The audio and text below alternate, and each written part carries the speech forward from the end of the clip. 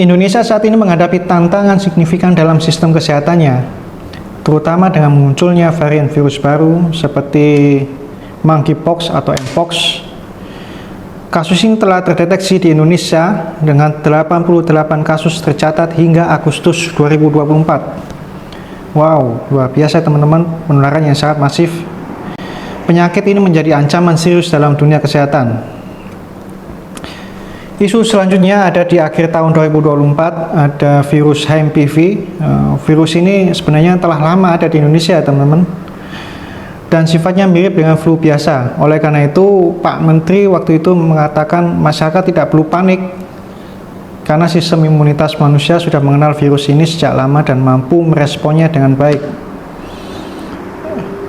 Belum lagi ditambah Indonesia mengalami krisis tenaga kesehatan atau kekurangan tenaga kesehatan, terutama di daerah pedesaan.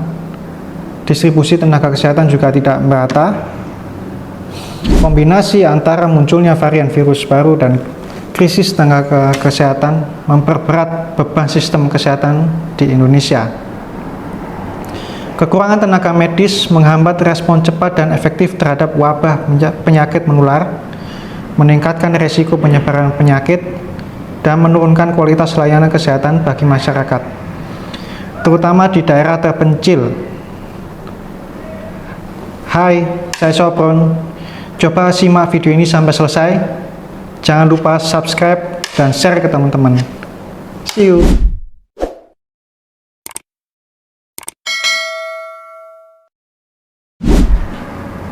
Ketersediaan tenaga kesehatan yang memadai merupakan salah satu fondasi utama untuk menciptakan sistem pelayanan kesehatan yang efektif dan merata. Sayangnya, rasio dokter di Indonesia dari paparan berikut ini yaitu 0,72 dokter per 1000 penduduk. Masih jauh di bawah standar minimal WHO ya, teman-teman, yang merekomendasikan rasio 1 dokter per 1000 penduduk.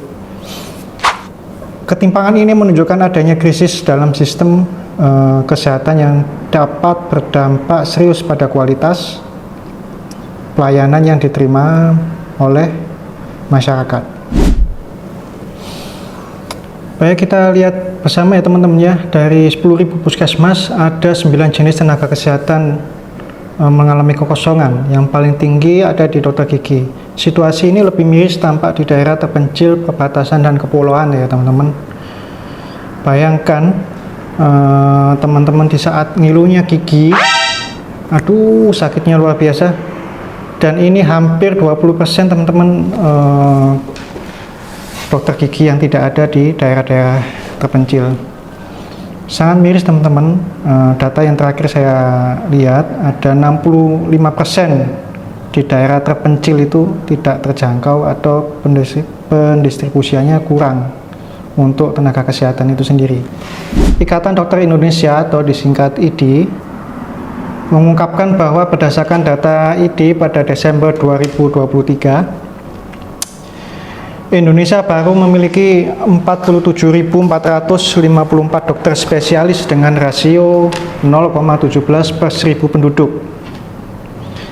Padahal idealnya membutuhkan sekitar 78.000 dokter jika mengacu pada jumlah penduduk Republik Indonesia yang sebesar 280 juta jiwa. Distribusi dokter spesialis juga tidak merata ya teman-teman. Sekitar 59% terkonsentrasi di Pulau Jawa. Artinya Java sentris ini sangat menyebabkan lebih dari 30 FMC kekurangan tenaga medis spesialis ya teman-teman. Hal ini tentu atau kesenjangan ini berdampak pada akses dan kualitas layanan kesehatan di berbagai daerah. Perkenalkan, nama saya Andrea Dianti Putri. Literatur terkait mengidentifikasi masalah ketidakmerataan tenaga kesehatan di puskesmas di Indonesia. Penelitian ini menunjukkan bahwa pengangkatan tenaga kesehatan non-PNS oleh pemerintah tidak sejalan dengan regulasi yang ada, yang menyebabkan variasi dalam status kepegawaian dan mempengaruhi ketersediaan tenaga kesehatan di fasilitas kesehatan. Indonesia termasuk dalam negara yang menghadapi krisis tenaga kesehatan yang dapat diartikan sebagai kurangnya jumlah tenaga kesehatan atau distribusi yang tidak merata di berbagai wilayah. Secara keseluruhan, kurangnya tenaga kesehatan di Indonesia adalah masalah yang memerlukan perhatian serius dari semua pemangku kepentingan. Kesesuaian dengan konsep WHO menunjukkan bahwa pengembangan dan distribusi tenaga kesehatan yang merata adalah langkah penting untuk mencapai tujuan kesehatan masyarakat yang lebih baik. Penerapan teori-teori ini dapat membantu mengurangi krisis tenaga kesehatan di Indonesia dengan meningkatkan manajemen sumber daya manusia, mendukung kesejahteraan tenaga kesehatan, dan memfasilitasi perubahan organisasi yang diperlukan. Dengan strategi yang tepat, sektor kesehatan dapat lebih siap dalam menghadapi tantangan yang ada dan meningkatkan kualitas pelayanan kesehatan bagi masyarakat. Landasan hukum, dasar hukum dan kebijakan sistem kesehatan di Indonesia pada Undang-Undang Nomor 17 Tahun 2023 tentang Kesehatan. Yang pertama, pemerintah bertanggung jawab untuk perencanaan, pengadaan, dan pendayagunaan tenaga kesehatan serta memastikan distribusi yang merata. Yang kedua, penempatan tenaga kesehatan harus mempertimbangkan kebutuhan masyarakat dan beban kerja pelayanan kesehatan. Yang terakhir, pemerintah diharapkan untuk meningkatkan program pendidikan kesehatan dan pelatihan berkelanjutan guna memenuhi kebutuhan tenaga kesehatan yang berkualitas. Pada Undang-Undang Nomor 17 Tahun 2023 tentang Kesehatan merupakan regulasi yang dirancang untuk memperkuat sistem kesehatan di Indonesia dengan tujuan utama meningkatkan akses, kualitas, dan keberlanjutan layanan kesehatan bagi seluruh masyarakat. Lalu ada kebijakan lain untuk tenaga kesehatan tentang penerbitan surat tanda registrasi atau STR yang berlaku seumur hidup untuk tenaga kesehatan. Sementara surat izin praktik atau SIP berlaku selama 5 tahun dan dapat diperpanjang. UUD tersebut sebagai langkah strategis untuk mengatasi berbagai tantangan dalam sistem kesehatan di Indonesia, termasuk masalah kekurangan tenaga kesehatan. Dengan pengaturan yang lebih baik dan dukungan yang tepat, diharapkan kualitas layanan kesehatan di Indonesia dapat meningkat secara signifikan. Solusinya yaitu diperlukan investasi dalam pendidikan medis dan program insentif untuk mendorong tenaga kesehatan bekerja di daerah yang sulit dijangkau.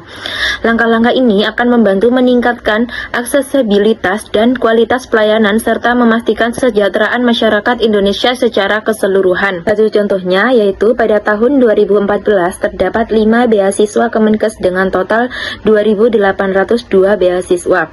Pertama yaitu program pendidikan dokter spesialis, subspesialis, dan dokter gigi spesialis, PPDS subspesialis, dan PPDGS. Kedua yakni dokter spesialis kedokteran keluarga dan layanan primer. Total yang disediakan untuk beasiswa 1 dan 2 sebesar 880 orang. Beasiswa ketiga yakni fellowship dokter spesialis untuk 170 orang. Keempat yaitu beasiswa afirmasi dokter gigi untuk 900 orang. Dan yang terakhir yaitu beasiswa tugas belajar SDM kesehatan sebanyak 852 orang. Perkenalkan, nama saya Afrita Berlianti. Di sini saya akan menjelaskan dampak positif dari kolaborasi Indonesia dengan WHO. Yang pertama yaitu peningkatan kualitas pelayanan kesehatan di Indonesia.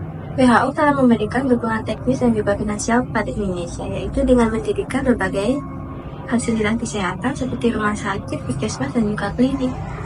Yang kedua yaitu sebagai pengendalian penyakit menular. Kolaborasi ini telah menangani beberapa penyakit seperti tuberkulosis, malaria, dan juga HIV/AIDS. Yang ketiga yaitu tanggap darurat. Di dalam pandemi COVID-19, WHO telah memberikan koordinasi yang penting untuk Indonesia, yaitu dengan penyedia alat kesehatan dan juga penyedia informasi untuk Indonesia. Yang keempat yaitu peningkatan sistem kesehatan. WHO telah membantu Indonesia dalam memperkuat sistem kesehatannya, yaitu dengan mengembangkan kebijakan kesehatan dan juga peningkatan sumber daya manusia kesehatan. Dan yang terakhir adalah akses universal ke kesehatan. BPJS Kesehatan merupakan implementasi dari Universal Health Coverage.